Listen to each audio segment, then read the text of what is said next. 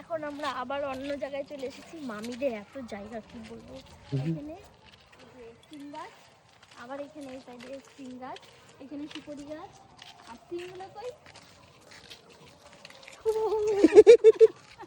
এখনই তো আপনাদের দেখাইতে দেখাইতে এখনই দেখাম। এই যে দেখো ওখানে কত সিম হয়েছে, ভিতরে আরো আছে বাট এখন যাওয়া যাবে না ভিতরে। এখন আমরা ড্রাগন গাছে যাচ্ছি, মানে ড্রাগন গাছে খেতে যাচ্ছি।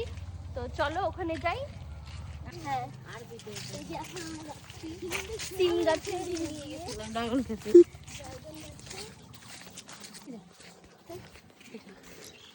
যা রাস্তা দেখা তুই ক্যাপ্টেন।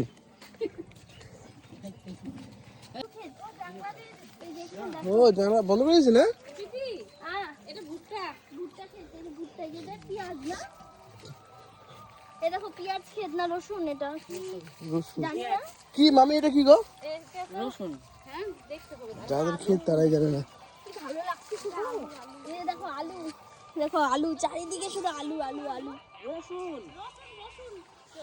আর ও ক্ষেত তো শুরু। এমনিও তো ধূপগুড়ি হচ্ছে আলুর জন্যই বিখ্যাত, মানে আলু চাষ। বন্ধু কি করে যাবো? আমাদের যাওয়া যাবে না। আর মালকিনি জানে না যে ওদের রাস্তাটা কোথায়, কোন দিক দিয়ে রাস্তা।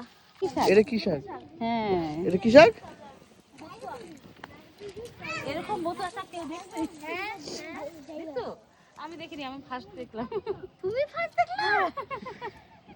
মামি বলে সর্বনাশ। ভগবান ভে বলো।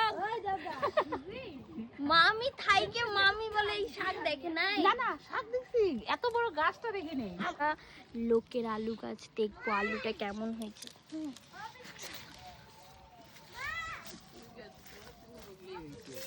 এদিকে আসো, এদিকে এদিকে এখানে আসো, আলু দেখা যাবে তো। মাটি মাটি গুলো সরাও, মাটি গুলো সরাও।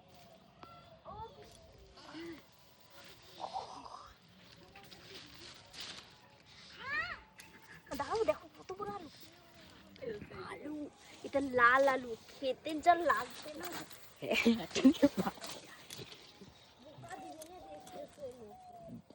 আমরা আবার রেখে যাব, নিয়ে যাব না, মানে এই যে ঢেকে দিলাম। যার আলু তাকে লস করাবো না, মানে আমরা এমনি জাস্ট একটা ভিডিও বানানোর জন্য আপনাদেরকে দেখালাম। খুব সুন্দর আলু, লাল আলু একদম। নিয়ে যা।